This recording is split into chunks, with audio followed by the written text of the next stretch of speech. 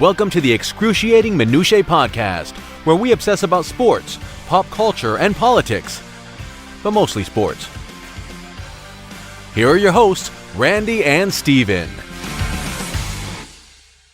Hello again, everybody, and welcome to another episode of Excruciating Minutia. I'm Randy, and I'll be joined shortly by Steven. And today we're going to be looking at a host of different topics, mainly some NFL news, as we've had a couple monster movement in the NFL free agency and NFL trades, as two of the biggest stars in recent years to have been moved, Le'Veon Bell via free agency to the New York Jets, Odell Beckham in a shocking trade this week from the Giants to the Cleveland Browns. We'll be talking about those moves.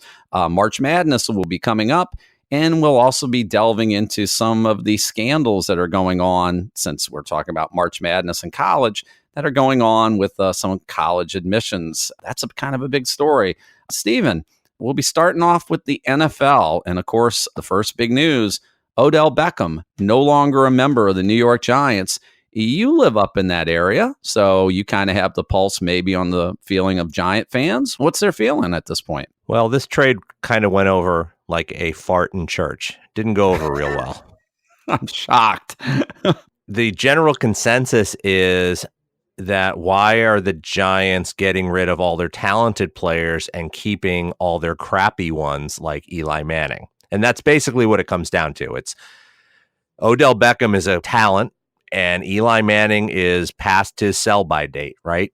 If he was a gallon of milk and you poured it out, he'd be a little lumpy and chunky. He may be a little lumpy and chunky right now. I haven't seen what he looks like in shorts or anything like that. So, you know. Well, considering how bad their offensive line was last year, he was very lumpy. He took a lot of hits. This is true. But they got rid of Olivier Vernon, who I believe, if I'm not mistaken, led their team in sacks last year. They jettisoned him as well. They did not sign their Pro Bowl safety, Landon Collins. They let him walk. So all their best players at all their skill positions, with the exception of the rookie running back, and if they trade him, they might just burn down the Meadowlands around here. They've traded everyone away, or they've just let them walk. This team is a dumpster fire. This team had the number 3 pick in the draft, or excuse me, the number 2 pick in the draft last year. They're going to have the number 5 pick in this draft. And the way they're going right now, they may have the number 1 pick next year.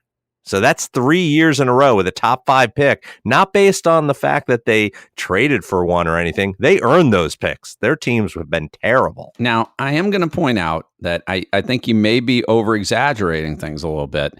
I think comparing the Giants to a dumpster fire is really a bit of an insult to the dumpster fires I've seen before, because this could be far worse than that. I mean, it's a team without a plan. Dave Gettleman's your general manager, and, you know, the first thought I think of when I see moves like this and organizations going through a process like this is, does he play fantasy football, and can we get him in our league? Because, you know, I really don't know what the plan is here. I don't think there is a plan. Correct me if I'm wrong. Did not Gettleman say not that long ago, like as in at the Combine, that they had absolutely no plans to trade Beckham? Because why would we give him? No, you're wrong. Was it a week ago? I mean, was it even more recently? It was this past weekend he said that. Okay. All right. I think he said it at the Combine too. I didn't realize he had said it that much recently. Yeah, this weekend. Yeah. So, I mean, I understand that GMs and executives think it's really cute and really smart and that they gain some great advantage when they lie to the media. But I'm like, really? I don't get it. You signed Beckham to that big extension, and we can agree Beckham is arguably one of the most, if not the most talented receiver in the NFL. I mean, would you put him in that classification? I think that's a fair statement to make, right? He's probably top 3. He is. I think I read to you the other day, he is the fastest player to 3,000 yards and 200 catches in NFL history. It took him 30 games to get there. You're not going to find guys like that growing on trees. And they got back essentially a first-round pick. They got back, what was it? We said a third-round pick. And Jabril Peppers, who, you know, isn't a bad player, but he's not a game changer. He's not a potential Hall of Famer like Odell Beckham is. And we were talking about Beckham as far as the diva qualities when we talked about Antonio Brown before. And you've seen receivers in the past that have caused problems on their teams, guys like Terrell Owens. And I think I mentioned to you that like you could rank players from the absolutely class act, 100% true professional type of receiver. And that was like a Calvin Johnson and a Larry Fitzgerald, would be a perfect example of a guy like that today, right? Perfect in the locker room, great teammate, hard worker, no drama, great to have, right? And then you could rank that up on the top of your diva, ruin the team, chemistry, blow everything up, like where Terrell Owens was at. And I think I had said something like, Beckham is nowhere near to that level. He brings a little bit of boisterous behavior, a little bit of volatility to his game, but I don't think it's from a lack of wanting to try. It's not a lack of playing hard. You said it to me the other day, Best. You think it's because he wants to win, right? It's just I want to win badly. And I get a little frustrated when things aren't going well. And if you've had Eli Manning throwing to you for the last couple of years, it's easy to see how you'd be frustrated. But I don't see Beckham as like a problem in the locker room or a team cancer or any of the things that some of the guys we just mentioned, like maybe an Antonio Brown or in the past an Owens. He doesn't fit into that classification.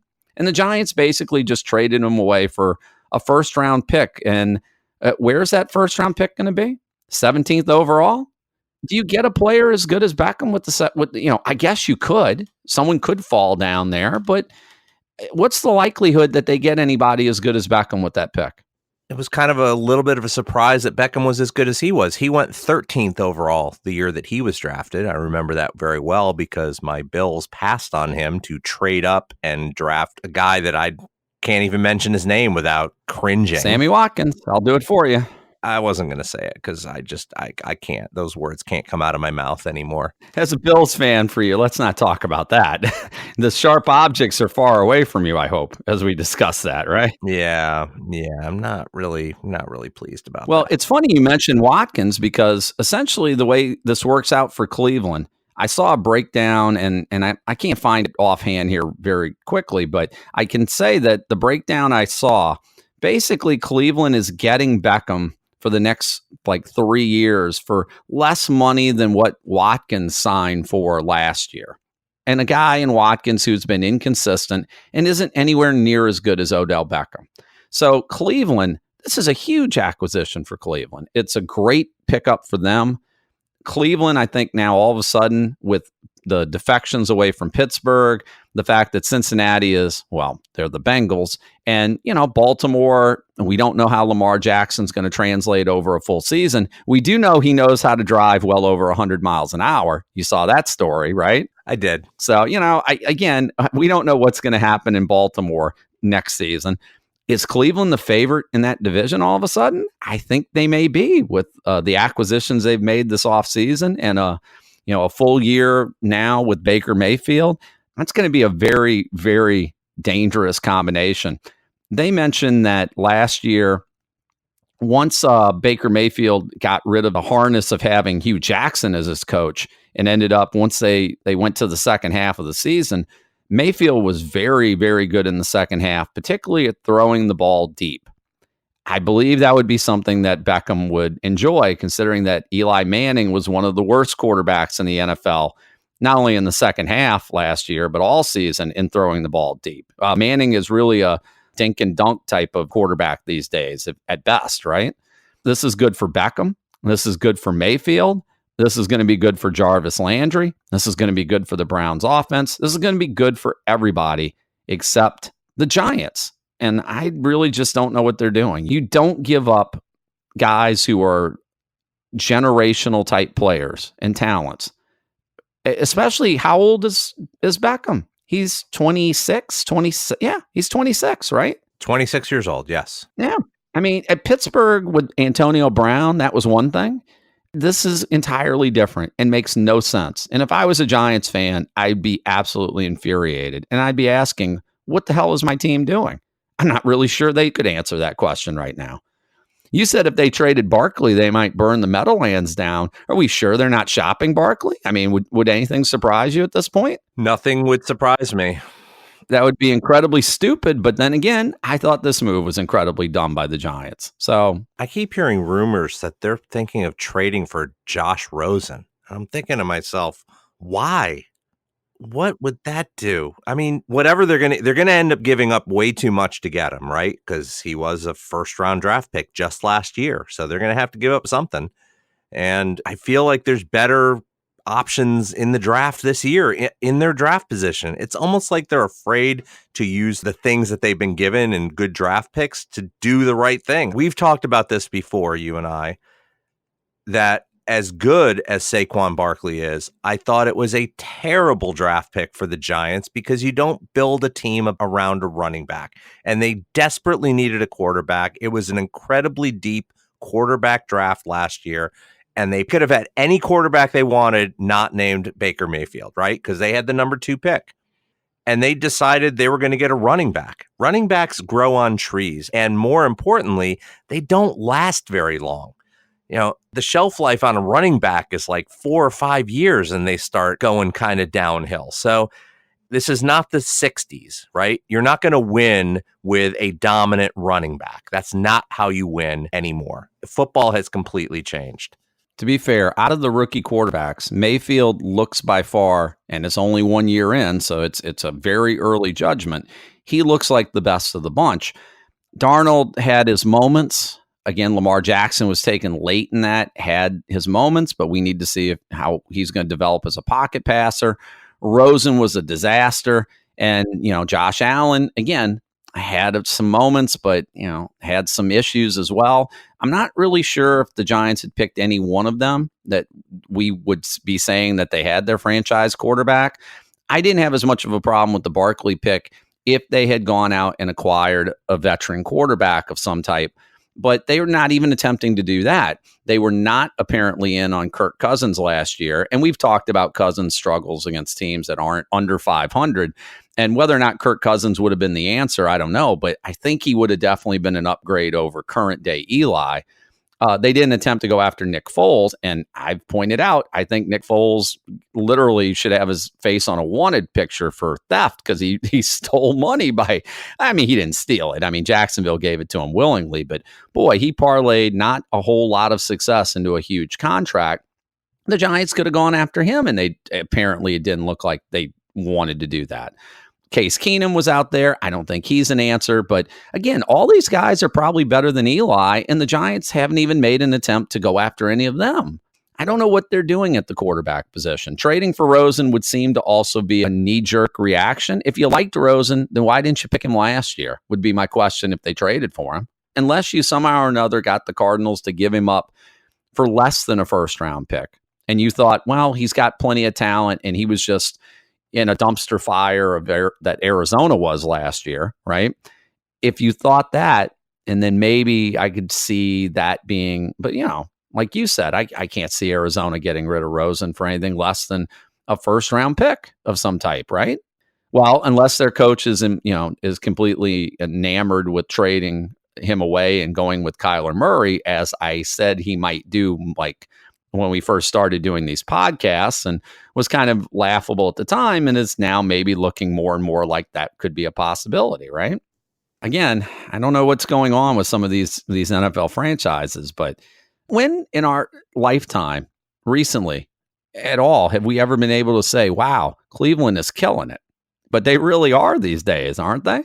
Their betting odds for them to win the Super Bowl jumped up dramatically. They are, I think, now in the AFC rankings behind only New England and Kansas City.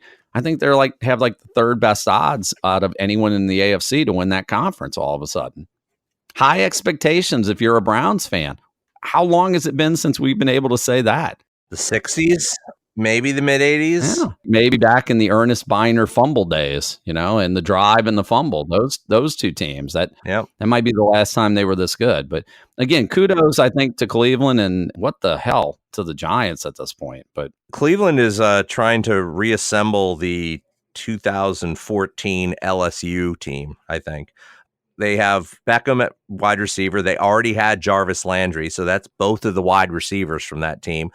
And their receivers coach is a guy named Adam Henry, who also happened to be the receivers coach at LSU in 2014. Yeah, there you go. There you go. Well, we can agree the Giants just screwed the pooch here. I think it's a bad move. I think you think it's a bad move. I think Giant fans think it's a bad move. These are the type of moves that are going to get GMs and coaches fired when it's all said and done. And all I can say is, you know who I feel bad for? Two people. I said this yesterday. I feel bad for Saquon Barkley because, boy, if teams weren't keying on him before, they certainly will be now. And I feel bad for me because I wanted to draft Saquon Barkley in my fantasy leagues because I owned him last year and loved owning him. And I'm not going to be able to do it because it's going to be a nightmare watching that offense try to do anything with an older Eli and worse receivers. You did say they signed Golden Tate today, correct? They did. My favorite breakfast cereal. Yeah. No real difference between him and Beckham other than all that talent, right? I'm sure you're not going to notice a difference if you're a Giant fan between the two, right? Yeah, and Tate's been in the league for 10 years now. I mean, he's no spring chicken. Well, he'll fit right in with Eli. They can get their AARP cards together, right? Yeah. When we were talking about this yesterday, Beckham was a free agent last year, right? He had finished his rookie contract, and they signed him to this really long, expensive contract and then trade him a year later. They could have franchised him, right? Correct. And saved themselves a boatload of money and not taken a huge cap hit this year and still probably gotten just as much. It feels like that ship in New York is without a rudder. Whatever explanations they're giving their fan base, I'm not buying it. I think it's a mistake. But like I said, if I'm the Browns, when that phone call came in, because I'm wondering if Cleveland approached them about Beckham or if, did they call the Giants up and say, hey, I know you said you're not trading him, but hey, what would it take to get him? And the Giants jumped on it, or, were the Giants actively shopping him?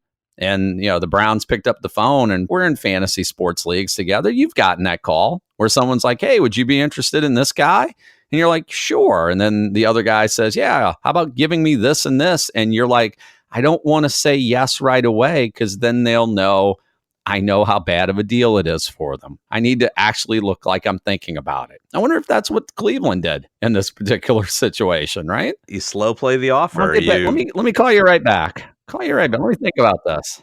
Let me think about that. I don't know if I can do that. That guy's an integral part to my team. I don't know. And meanwhile, inside, you're going, oh my God, I gotta say, you're dancing around the room. Yeah.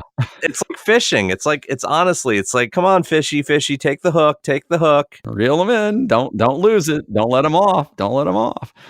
Well, it's not the only New York team making a splash over the last few days. Something that we missed that just recently happened was Le'Veon Bell headed to the New York Jets, Jets, Jets. And okay, 4 years, $52.5 million is the official contract, correct? Okay, so let me get this straight. The franchise tag would have paid Bell $14.5 million if he'd signed it last year, correct? And he would have been a free agent this year, right? That's money he lost. The only way, and I'm pretty sure I said this, and I don't know where I said it, but I'm almost certain in an early podcast we did, my comment about Bell was he was going to need to sign a contract that made that money back up, because if he didn't, that was money down the toilet he was never going to see again, right? That's not what he did here. That's not what he did. He got $5 million less in this contract than Todd Gurley got from the Rams. And the Rams, which didn't even need to give Gurley that extension because the Rams still had him with 2 years of cost control before they even needed to worry about a franchise tag. His deal averages $125,000 a year more than the extension David Johnson signed with Arizona before last year. Johnson, who had 1 year of elite production under his belt, and was coming off a season in which we remember it well because we owned him in fantasy. He dislocated his wrist in week 1 and missed the whole year, right? Yep. Take out the money that he forfeited, $14.5 million out of this, right? That he would have made. And then essentially, this is more like a 4-year, $38 million deal. $38 million deal over 4 years. That wouldn't even make him highest paid back in the league. That puts him closer to like, as ESPN's article put it, it's like what Devonta Freeman is making. They said he can make more with incentives, which would get him closer to the $15 million a year. But that's what he would have gotten anyway if he had played for the Steelers. He turned down, reportedly, a 5-year, $70 million deal.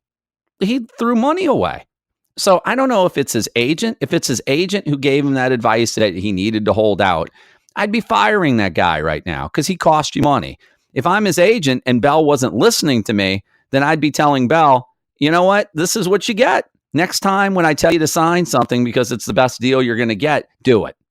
But all Bell did, in my opinion, is he cost himself money.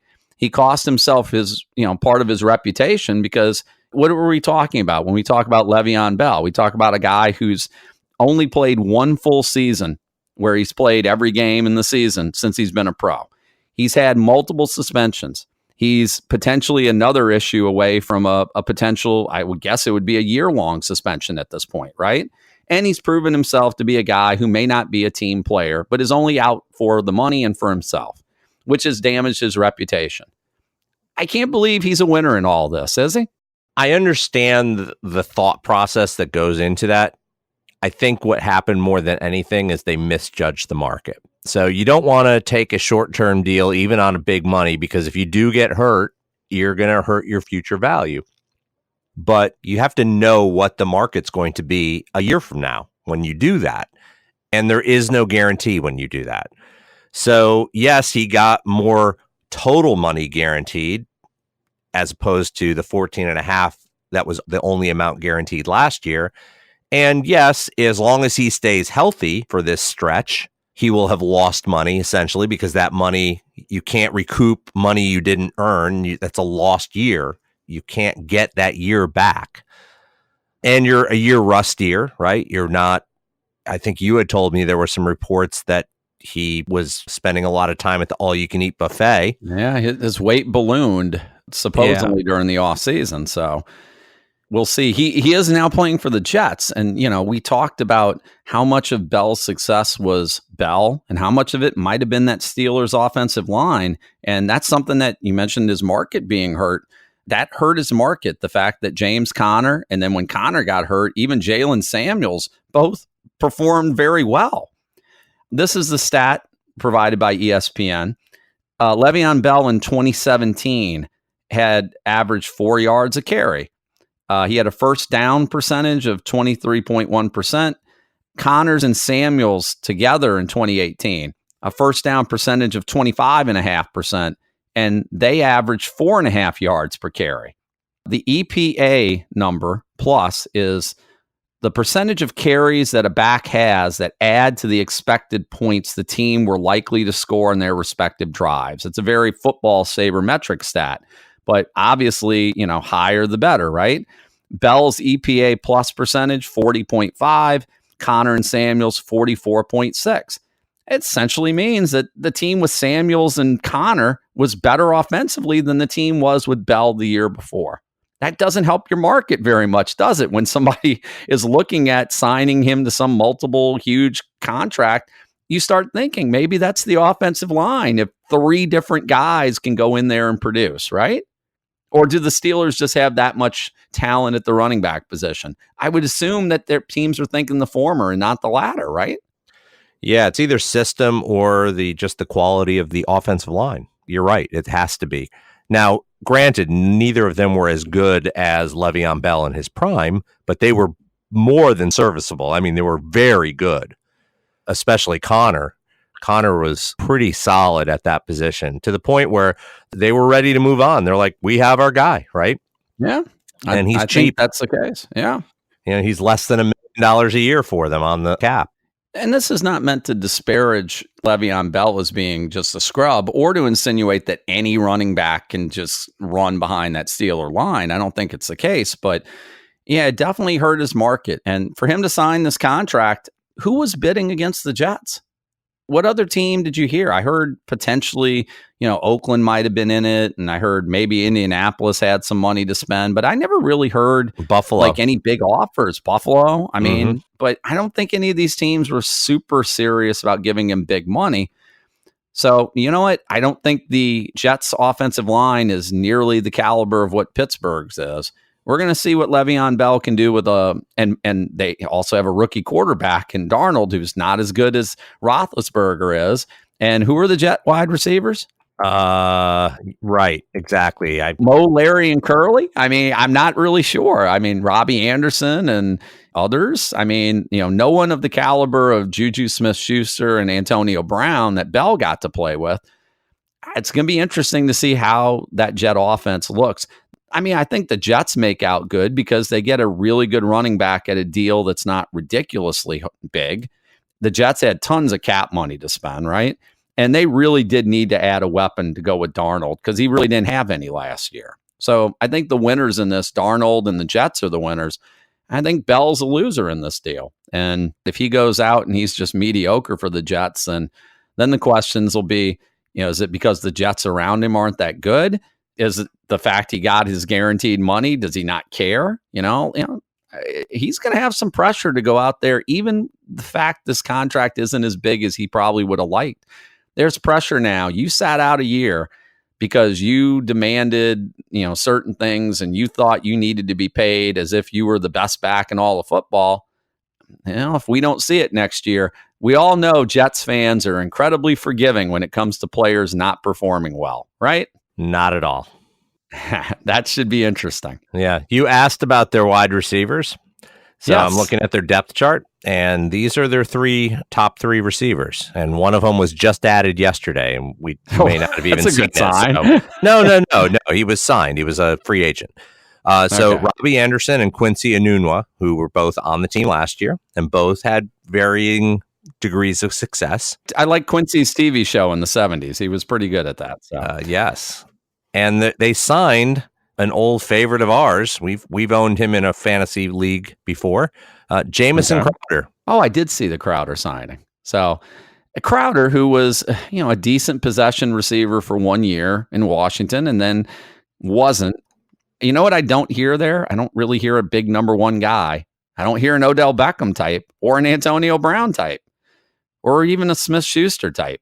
Yeah, I mean, that's not terrible, but I'm guessing Le'Veon's going to be catching a lot of balls out of the backfield. I have a feeling there's going to be a lot of dump offs to him this season. So, in those PPR leagues, Bell ought to be a nice little guy to own, I guess, right? I'm looking to see if they have a pick they have the 3rd overall pick. I don't know what they're going to take. Maybe they'll trade down. Yeah, it's funny. Now that you mention it, I had heard that they're looking to trade down, that they don't need the quarterback, and they are looking to trade down. I bet they're looking to trade down so they can take a receiver. That wouldn't shock me. There's some good receivers. That would make sense. Guys that you wouldn't take as early as the 3rd pick. So that would absolutely make sense. Right. So, because think about it. If Arizona takes Kyler Murray, number 1, San Francisco does not need a quarterback, and apparently they're looking for pass rushers. So guess what? The best guy on the board might be Bosa, who's a pass rusher, right? Yeah. So he's a perfect fit. You take him, you're done. So now you have the 3rd pick, and if a team is looking for a quarterback, the kid out of Ohio State, Dwayne Haskins, is the most likely guy, and here's your opportunity to trade up and get him. That could be what you say then. Because obviously the Jets wouldn't be taking right. Dwayne Haskins, little inside information here. Dwayne Haskins is from the town that I live in. Oh, okay. His whole family still lives here, but we are a really small school district, about 1,300 kids in the district. So graduating classes are roughly 100 kids. So makes for not a particularly big or good football team. When he was in 8th grade, his parents moved down to Virginia, if I believe, strictly because they needed to get him somewhere where he would be groomed better to be a quarterback. I mean, he was a great athlete. He still has family here. My wife actually teaches one of his cousins who still lives in town. So the rumor has him possibly going to the Giants at number 6 if he was available, but I'm pretty sure at this point he's not going to be available at number 6. And I don't think the Giants are smart enough to do the right thing to take him at that pick, even if he was available. So Like I said, the Giants are not showing a good track record of knowing what they're doing. So, Yeah, at this point, I fully expect the Giants to take a punter at number 6 because that's about where we're at with them. well, they're punting their season. Trust the process, right? They're tanking. Trust Tanking's all the rage. The process. Teams want to tank. It's all the rage, you know?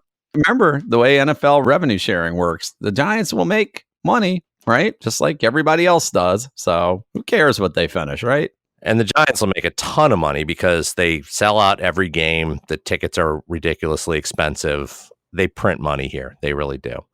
Speaking of kickers and punters and the like, we were talking the other day about Nick Foles, and you were mentioning that, you know what, Nick Foles, if the Chicago Bears had a kicker like they used to, Like Robbie Gould. Yep. instead of that worthless piece of that they had who missed every important field goal. Cody Parkey, who's no longer with the team. Correct. And we mentioned that he got cut. Well, we missed this little tidbit, which is that the Bears last week signed a new kicker. And I wish I was joking. Okay. The kicker, his name is Chris Blewett.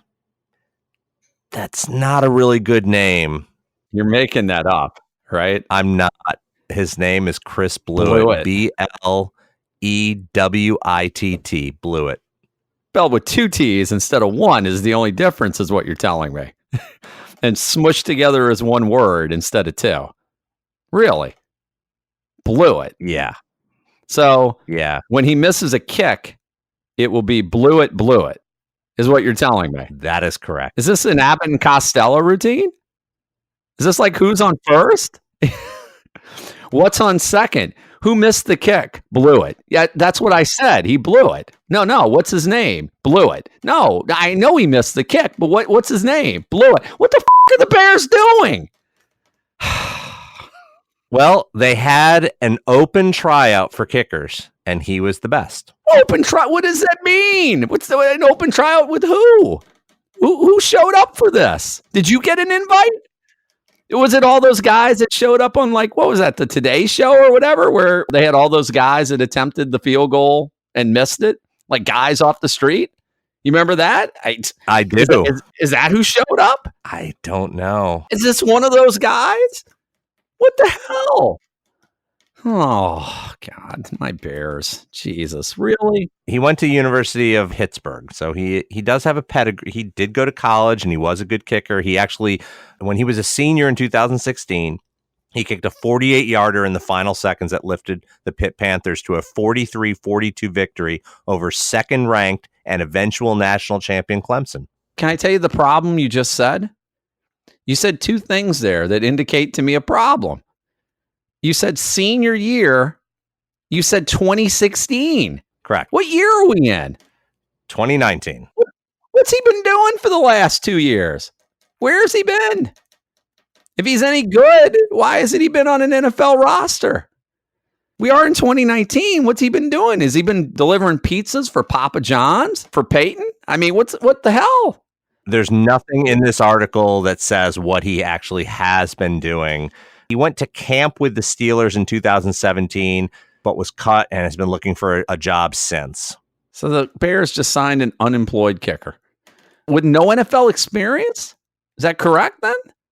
His first kick for the Bears will be the first he's made in an official NFL game? Yes. This is what a team with Super Bowl aspirations replace their mediocre kicker with, is a guy who has no kicks in the NFL to his name officially, and whose name is basically a meme waiting to happen. Let me give you the worst bit of news as I'm reading more. So there's more? Yeah. Oh, come on now. Really? Probably the highlight of his senior year, right? That he won the game against Clemson on a long field goal. Okay. That senior year at Pitt, he was 10 of 17. Oh, Jesus. That's not any good. It's better than I could kick, but that's not any good. This is a team that is proposing that they are a Super Bowl contender. Great. Awesome. I give you your 2019 Chicago Bears. It could be worse. You could be a Giants fan. It could be. But still, ready up the memes for the first time he misses a field goal, because they'll be there. Can't wait till the season starts. Yay. Well, that's really depressing news. So let's move on to some other depressing news. Making the news and kind of tied into sports is we have some scandals going on in the world of college admissions and recruiting scandals. And, again, I'm absolutely stunned that the process to get into a college in this country is not solely determined by the merits of your test scores, your academic performance, and maybe your extracurricular activities as actually done by yourself. I'm stunned that may not be the case, but that apparently big story that broke this week, bribery and fake test scores and fake credentials, fake athletic credentials. And this is a pretty big story going on, right? The feds are involved. That always means it's pretty big. And celebrities are even being drug into this apparently as well. So I'm stunned. Again, shocked that doesn't work the way it's supposed to work, the system, right? Yeah, it's quite a story. I mean, it broke a couple of days ago, and you started reading it, and you're like, this seems nuts. And then you start reading, and you start peeling back all the layers of the onion, and you're like, oh my God, this is crazy. So it started with, as often things do with the FBI, they were actually investigating something completely different, and they got some guy, and he was trying to bargain his way out of whatever predicament he was in. And he was like, hey, I've got some information for you. And apparently that guy was being offered by a coach at Yale, hey, if you give me X amount of money, I will help you get into Yale. I will say your daughter is an athlete and that I will go and champion for her during her admissions process and say, hey, we need her. Because at Yale, they're not giving out athletic scholarships, right? That's correct. So it's just about, hey, the coach needs this player. We will give preference to somebody like that so that we can fill out our team. That's how they started this. And then as they started doing their investigation, they found this company out in California called Edge College and Career Network, owned by a gentleman named William Singer, who essentially was doing college counseling.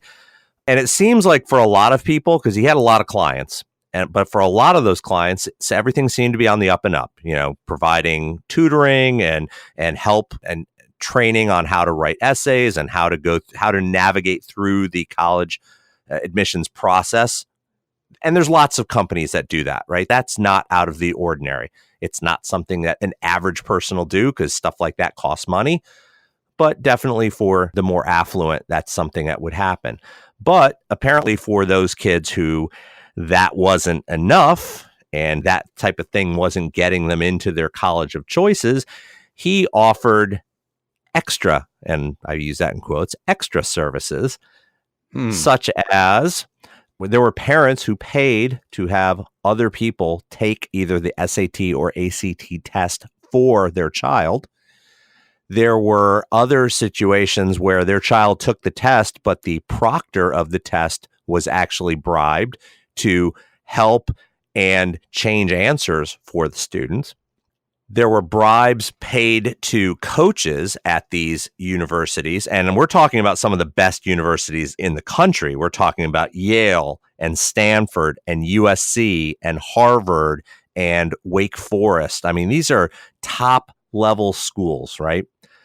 So they offered, in addition to the cheating on the college entrance exams, they created these fake athletic achievements where they would Photoshop students' faces onto pictures of athletes participating in sports and would basically say, oh, my child is, this highly ranked tennis player, and bribe the tennis coach at whatever given school. That tennis coach would lobby for that student to gain entry.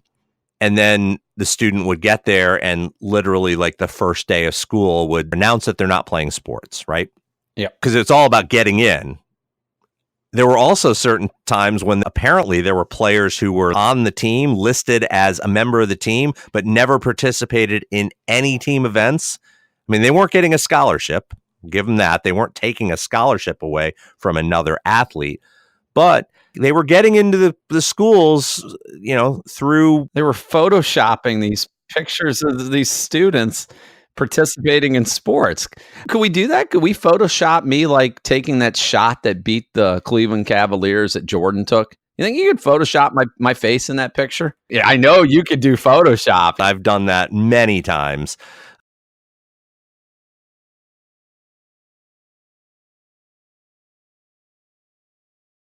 Yeah, it's gonna help you for college because then you're not an amateur anymore. Well, but I still technically am in college. I never officially graduated, but I never officially quit. I'm just in like my 25th year of it or whatever it is. So that still counts, right?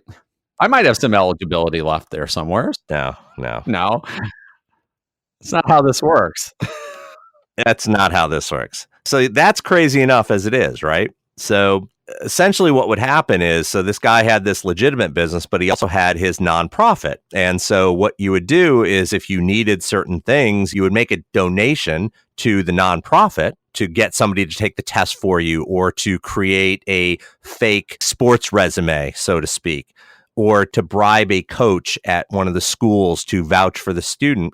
And so you would make a donation to this foundation, which then was, because it was a donation to a nonprofit, it could be written off on your taxes. It's a write-off for them. How is it a write-off? They just write it off. Write it off what? Jerry, all these big companies, they write off everything. You don't even know what a write-off is. Do you? No, I don't. But they do. And they're the ones writing it off. Because it's a donation to a nonprofit. So you're paying all this money, but you're still getting a tax advantage by doing it. There have been over 50 people indicted already, including some very famous people. Lori Loughlin, who was Aunt Becky on Full House. Yeah. Right? Both of her two daughters were basically, they bribed their way into USC. Also, Felicity Huffman, who was on Desperate Housewives, right? Hey, thank you. Desperate Housewife she was in. She's also married to William H. Macy. Their child bribed their way into school as well. There are a number of CEOs and hedge fund managers, and this stuff was expensive. This gentleman was William Singer, the guy who owned the company, was charging these parents $500,000 into the millions to get their kids into their college of their choice. The funniest story I heard was one of the kids had absolutely no idea about this, okay? And it wasn't one of the famous kids, but he had no idea about it. But they had done all this elaborate things, that he was a high school pole vaulter and had finished like 4th at the state tournament, right? He was finished 4th overall in the state of California in the pole vault. So he goes to college not knowing any of this happened. And somebody came up to him and had read about him, as often these colleges do. They have these magazines, right? And they write about some of the incoming freshmen. And they write about what they'll always have these little blurbs about graduates, but they also write these stories or these little blurbs about incoming freshmen. And so somebody came up to him and was like, "Oh, I read about you in the magazine, and tell me about your pole vaulting exploits in high school." And the kid looked at him like, what are you talking about? He had no idea. That's when it kind of started. There's certain things that were unraveling and people were like asking questions, but yeah, it's been crazy. So yeah, there's been lots of these people. Like I said, 50 people haven't been indicted in this. Lori Loughlin, who as a working actor had done a number of Hallmark movies, they today cut ties with her. Well, to be fair, as I've mentioned on a previous podcast, my feeling on the Hallmark movies, especially the ones at Christmas time, in which I think she made a lot of those, and they cut ties with her. They'll replace her with someone else. I'm not sure anyone watching those movies is really going to notice. What do you think? Not like they're going to be recasting her is going to be like recasting the Joker's Heath Ledger performance. It's not quite exactly the same thing with those Hallmark movies, but yeah, there is going to be some fallout from this, I imagine, for her, for Huffman, and for anyone else associated with this. I got to believe the 50 people, this may be, the tip of the iceberg? There's got to be more than this, right? Can't just be 50. I think it's 50 here, but as I mentioned to you earlier when we were talking about what we were going to do for the show, is this is all on the West Coast. This guy's based out in California. A lot of money out in California. Well, I'm on the East Coast. There's a ton of money here. You're telling me there's not one of these kind of guys out of New York City or New Jersey or Connecticut, Philadelphia, or Boston or Philadelphia or any of these places. Chicago. I mean, yeah, just any big city. Well, there are rich people everywhere.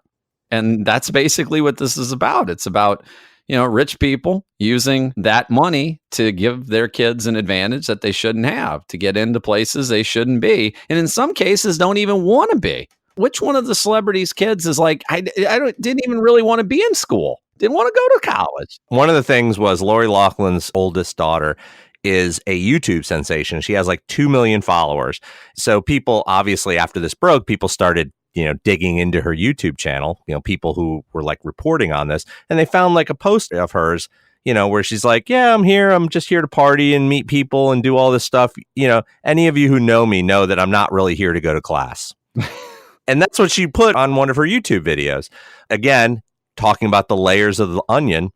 So this all broke, and Lori Loughlin's oldest daughter, the one we were talking about, the YouTube sensation, was its spring break apparently at USC, and she had to deal with this whole situation. She had to return home from her vacation, which happened to be on a yacht owned by the president of USC's Board of Trustees.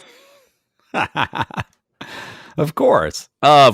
And while we've been doing this podcast, it was literally just came across on my cell phone that both of her daughters have withdrawn from USC. Well, they didn't want to be there anyway, obviously. And the question is some of these kids, whether or not they deserve to be there or not, they're there now. The question is going to be, are they going to be expelled? Especially the kids that maybe didn't even know any of this was going on in the background. It was fraud, right? It is. My feeling is, I don't know if you expelled the student who may not have known what their parents were doing to get them in there. You want to expel those two daughters. Like I said, obviously one of them didn't want to be in school anyway. There's some that may have known what was going on. I mean, I don't know. That's going to be an interesting quandary for each school to have to deal with, certainly. Yeah, I'm not sure what's the most depressing about this. The fact, again, that college just doesn't work the way it's supposed to, or whether or not somebody who gives no productive use to society, like this eldest daughter apparently doesn't, has 2 million followers on YouTube. What is she doing? What is she? Is this another sign of importance because you happen to be the daughter of a celebrity, thereby you have some importance and people care about what you do? No, we've talked about this. These social influencers, that's what she is. So she has this YouTube channel with 2 million followers, right? She had a partnership with Sephora, which is a makeup company, a makeup seller. Just came across again. They just cut ties with her today. Maybe she might need that college education after all. If she loses gigs like that, probably not. Well, the ironic thing is, she didn't need the college education. She didn't really even want it. She was making tons of money without it, without a college education. She started this YouTube channel when she was in high school. I think I told you before the podcast, I think college in itself is broken. I think schooling in America is broken in a lot of ways. Both public school systems, private school systems, just the way we teach kids in general, just the way college works in general. We already have talked many times how college athletics is just a quagmire of corruption and just a mess and doesn't work and function the way it honestly should. And it certainly doesn't function for the athletes who are not really student athletes, right? We talked about that in the Zion Williamson podcast. But, I just don't think college works at all the way it's supposed to. School doesn't work the way it's supposed to at all, or at least the way it would benefit the people that are actually going there. To me, I went to college, and what did I tell you before the podcast? Pretty much everything I learned in college has absolutely no relevance to what I do today. So school is, and I'm not saying anyone to the podcast drop out of school or anything like that, but it's to a little bit an extent overrated. It's not all that it's cracked up to be. And college, obviously, this is a sign that there's deeper problems with how colleges are run in this country.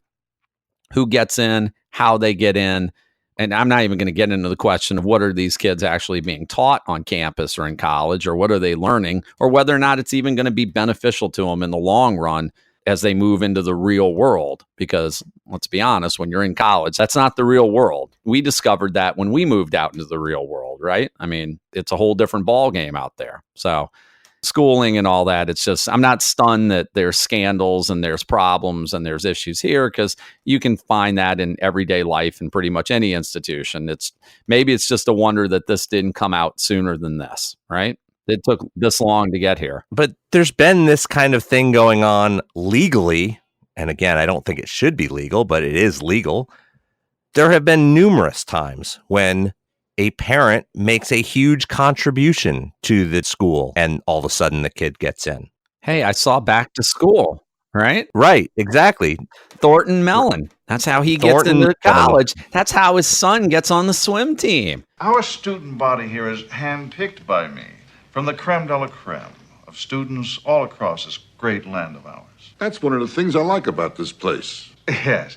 The point is, though, since you have no high school diploma and no transcripts of any kind, no SAT scores, how can this university ever see its way clear to accept you as a student? We are here to honor our most generous benefactor and newest freshman, the man who's made it possible for us to break ground here today, Mr. Thornton Mellon. We saw this and they were making fun of it in a comedy with Rodney Dangerfield. What is that now? 30 some years ago, right? Oh God, again, making me feel old. What was that, 80? 33 years ago. Yeah. But it's not funny when it's happening in real life. This isn't a Thornton Mellon situation, but you're right. That's, how'd you get in? Well, see that building? My dad's name is on it. That's how I'm in this school. Yeah. And that's been legal for years. I mean, that's exactly what happened with Jared Kushner.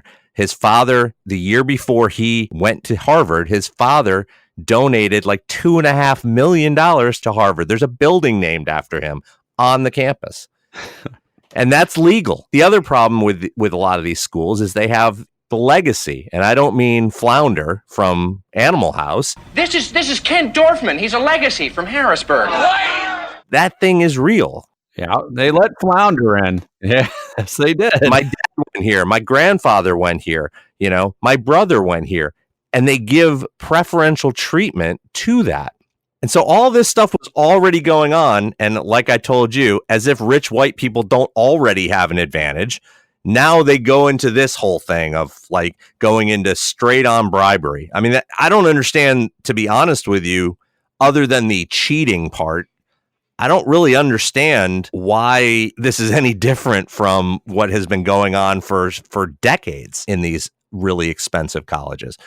As I've told you before, when I lived in New Haven, Connecticut, right in the middle of Yale, and I was bartending. And so I had a lot of Yale students come in, many of whom I'm still really good friends with. There were kids that were like, you knew the kids, you could tell pretty easily. Part of being a bartender is you have good perception skills, right? That's one of the things that makes a good bartender. Yeah. You could tell immediately who are the kids that were really smart and deserve to be there and who are the kids whose dad got him in. He's a legacy. That guy got in because he's a football player. He doesn't really deserve to be here. Now, I'm not saying that about all the kids. There are plenty of kids that would have gotten in who happen to play football and would have gotten in whether they played football or not. But there definitely are a number of kids who only got in because they played football or because they played whatever sport it was. But this has been going on for years. The one thing I was probably most shocked about, I mean, as crazy as all of this is, was that Lori Loughlin's bail was set at $1 million. I'm like, holy crap, that's a lot of money. I mean, she posted it, but that's serious. I mean, that's not like $100,000 bond, which means you have to come up with $10,000. $1 million. It's serious allegations, right? Mail fraud, and probably because these are fake donations that were tax deductions, now you're into tax fraud. Yeah. Hey, that's what they got Al Capone on, right? Yeah. They couldn't get him on anything else except that. Whenever the feds get involved in an investigation, it's not good. That's bad. That's a serious crime. The feds don't investigate jaywalking, right? They don't investigate littering. They investigate what they consider to be major crimes that stretch across state borders. And when you get involved in that, that's not a good thing. That's not a good thing. So one of the things that's different between state attorneys generals and what happens at a federal level, when a federal case comes up and they do indictments and they start arresting people, the percentage of those crimes where somebody either pleads or is found guilty, their conviction rate is ridiculously high, well into the 90 percentile. Oh, yeah, absolutely. Because none of these kids were in the 90th percentile, which is why they had to cheat, apparently. But when it's done at the state level or the local level, the numbers aren't as good. Now, I will say these are all rich people, and they'll probably have the best attorneys, right? Yeah. But even still, federal cases are much different breed. The feds have good people that work for them, too, usually. And they typically don't rush to indictments. So this is something, think about this. Lori Loughlin's daughter is a sophomore in college. So they're going back like 2 years. They've been looking into this. At least, right. And what happens in these federal cases is they really do all the research. They do not rush to anything. They do a ton of research. You know, they have the FBI at their disposal. So you have the top guys, right? Not just local law enforcement. Now you've got FBI guys. They don't mess around. That's some serious right there. Yep. Anyway, I guess that's probably enough for the day, right? The moral of our story is that when in doubt, bribe, right? Is that the moral of our story? That's a lesson we learned today? The lesson we learned today is if you're rich, don't bribe. Donate to the college directly. Cut out the middleman. The middleman's only going to get you in trouble. Or more importantly, don't get caught. Well, that, of course, goes without speaking. So that's a great lesson to leave to our listeners today. Don't get caught. You know, those kids went to college and didn't get that lesson. You learned that here on this podcast. You don't need to go to college. College is overrated. Just listen to us. Like I said, school is completely overrated. Lesson number one in life, if you're going to do something and it's not right, don't get caught. Did I actually say that? I have family that would be ashamed that I said that. I had a friend, I'll leave you with this. His comment to me one time was, when faced with an issue, whether it be work or personal or otherwise, was deny everything, demand proof. That was his motto. You know, very nice guy, very clean cut, very honest guy, but it served him well over the years. So maybe that was the lesson that maybe these people will be doing. Demand proof. The feds probably have it, like you said, if they're indicting at this point. So I agree. Please, to everyone out there, as we sign off today, check us out at excruciatingpodcast.com. It's free, and you can find lots of places to subscribe to us. Whatever your favorite venue is, you can subscribe to us there. Again, that's free. Yeah, and most importantly, send us a donation, and Stephen can Photoshop you in something very important and makes you look like you should be going to a very expensive college, right? You can offer those services. Or the other service that we can provide is if you're trying to do somebody some harm, send me their picture. I'll put them into a compromising position picture. I've done that before, too. Oh, that's a good note to end it on. So we'll be back later on. Coming up, we still have more parts of our 30-year retrospective look back at 1989, where we'll be looking at the year in music. And it was a pretty big and important year for music. So we'll be looking back at that. And future podcasts to come, we'll be talking about more in 1989. We'll be talking about sports. We'll also have some other odd and end newsworthy things, including maybe a look at political correctness and whether or not it's run amok in our society. And I'll be down in New Orleans a week from today. So we will be doing a podcast for the first time, you and I, in person, as opposed to 1,500 miles away. Which will be a good one because it'll give us an opportunity to try to keep a straight face as we talk about some of these topics, basically. So this might be a challenge. We'll probably do one shortly after we do our fantasy baseball draft, and that might be kind of fun. Maybe we can invite some guests to come by and join us. And explain why their picks were so bad. That would be fun, I think. Mock them in a live setting. Absolutely. Maybe we can invite somebody to come over and try to pronounce names. I'm not touching that one. Too much? Did I overstep the bounds? Maybe so. On that note, we'll call it a day there. Thank you for listening, everybody, and have a great one. Good night, everybody. Thank you for listening to the Excruciating Minutiae Podcast. Check us out at excruciatingpodcast.com. Please subscribe to our podcast on any of your favorite podcast platforms and follow us on Twitter at excruciatingpod. See you at the next episode.